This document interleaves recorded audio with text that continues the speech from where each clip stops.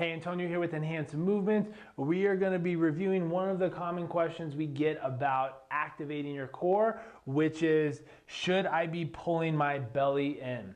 Okay, this is a common cue that's still being used. And again, I'm not saying that this isn't necessarily wrong, but we need to understand the context of which when we're instructing someone to do this.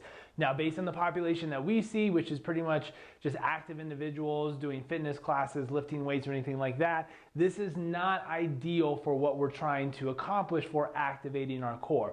And we'll go into some of the reasons why. Now, why this is so critical and important is this area is considered the foundation or platform which everything will then transfer energy through and or generate some power and tension from, right? So it's a platform of which everything else kind of moves off of.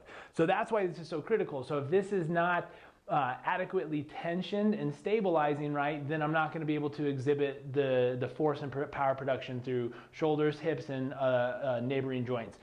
So if we're looking at a body structure here, right, in black, we have our ribs up here, our pelvis here, and we can see that our abdominal wall. So we have our diaphragm up top, pelvic floor on the bottom, and then our back muscles, obviously the front abdominal muscles, and then on the sides would be like our obliques that wrap around. So it's from a lateral view here. So if I am properly stabilizing, basically everything kind of like pushes out and tensions. Now, when we say pushing out, it's not like everything's really moving outward. We're essentially preventing a collapsing of inward. So you have that kind of equal and opposite pressure. Now, if we were to be drawing that belly in, if we have that same analogy, we have pelvic floor, diaphragm, back, and then if we draw in, we can see how we have that kind of like divot where we're sucking the abdominal wall in.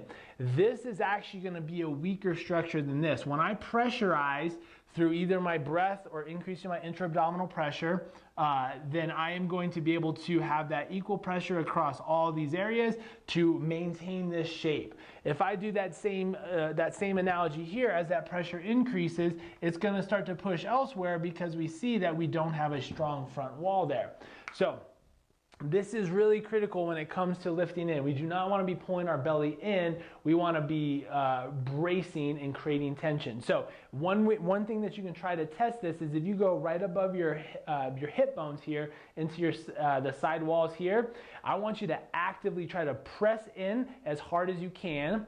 And then what I want you to do from here is I want you to simply cough.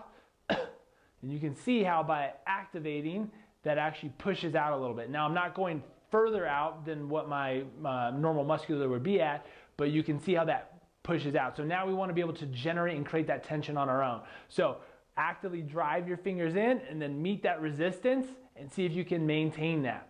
This is some of just the initial cues that we give to get you to figure out how that feels and how to fire it, and then we build upon there. So if you're definitely someone who still feels that pulling your belly in is something that you're doing on a consistent basis, especially for those types of lifting and fitness classes that you're doing, I highly suggest that you try this and see how it feels and see how it feels different. Typically this helps with people's pain as well as overcoming any performance deficits they may have. If you have any questions on how this is done or why further we get into this, feel free to reach out. You can text me 303-520-8974. Love to answer any questions that you might have and love to hear from you.